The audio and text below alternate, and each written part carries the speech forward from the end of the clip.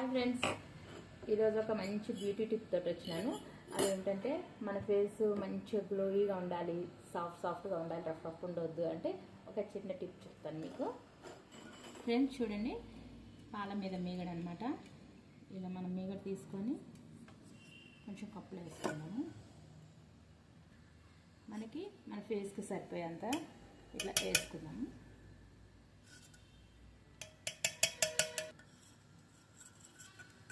ఈ మీగడ మనకి స్కిన్ చాలా సాఫ్ట్గా బాగా మంచిగా వస్తుందండి మీగడతోటి.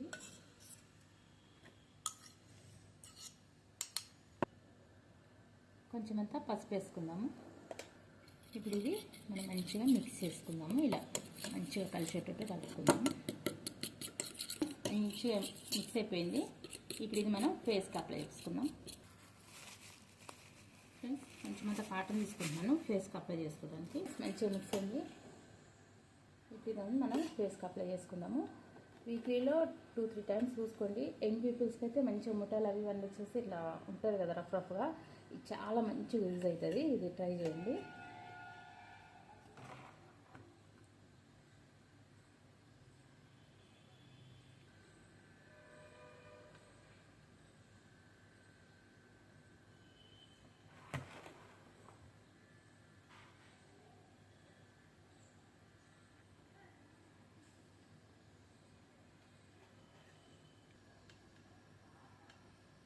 ఫేస్ మొత్తం ఇట్లా మొత్తం స్ప్రెడ్ చేసుకోండి. మొత్తం అప్లై చేయాలి ఫేస్ అంతా.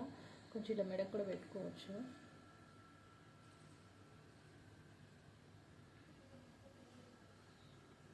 ఫ్రెండ్స్ ఇది ఇప్పటిది కాదు. ఈ టిప్ అయితే మా అమ్మ నుంచి వచ్చింది. ఇది మా అమ్మ అయితే అసలు వాళ్ళకి పాపం ఏ బ్యూటీ పార్లర్కి వెళ్ళటం తెలియదు, ఏం తెలియదు. ఉట్టి మీగడే వైట్దే, అసలు వైట్ మీగడే పూసేసుకుంటుంది.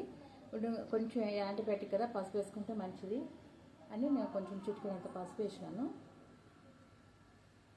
చాలా బాగా యూజ్ అవుతుందండి మనకి. ఎగ్జామ్లో మన ఫేస్లో గ్లో వస్తుంది.